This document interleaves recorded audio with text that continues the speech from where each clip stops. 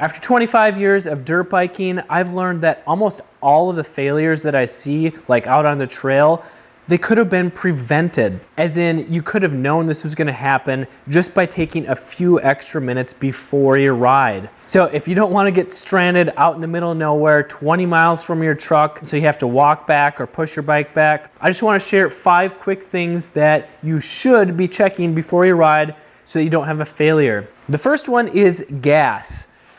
Have you run out of gas before? Yeah, all you need to do is pop the cap off and see if you have enough gas in there. If you've ridden your bike enough, you should know how many miles or hours you can ride, like if you're trail riding, before you need to fill up. This is even more important if your bike does not have a reserve on the fuel petcock. So if it's a race bike, you need to know how long you can go. Otherwise, you're gonna need to have an extra can or bottle or jug of gas in your backpack or strapped to your bike. Number 2 failure is checking tire pressure. It's all too easy to hop on your bike, go get a mile down the road, and you feel, oh, why does this feel so wishy-washy? The bike just goes wherever it wants and slides out. Oh, whoops.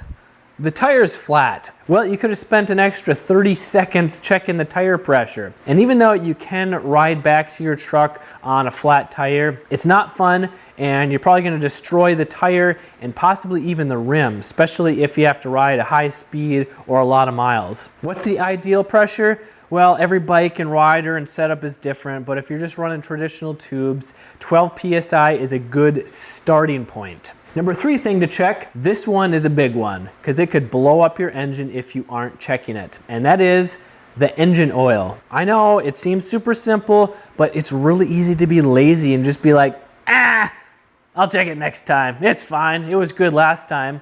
But what if your bike had a failure inside? Maybe a seal broke or it just started consuming more oil and it's half a quart low.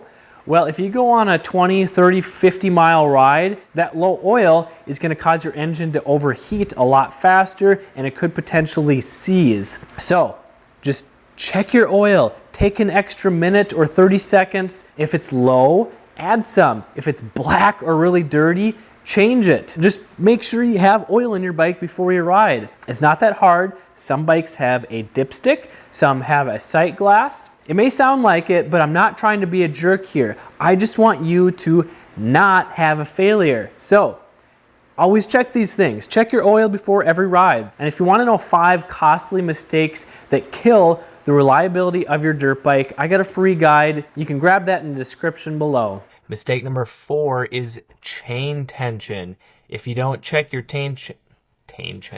if your chain is too tight or too loose, it can cause problems. For one, if it's too loose, it's more likely to fall off of the rear sprocket and it's going to bunch up into the front sprocket. And if you don't have a good case saver or a sprocket guard, it's very likely to crack the engine case, which is going to be a very expensive repair because you have to take the engine all apart and put a new case on in most cases, pun intended. However, if it's too tight, it's going to create more wear on the chain, the sprockets, the bearings, and the shaft coming out of the engine, the output shaft. And last but not least, number 5 is new engine noises. If you ever get on your bike, start it up, and you start hearing something different, whether it's a whining or a grinding or a tapping,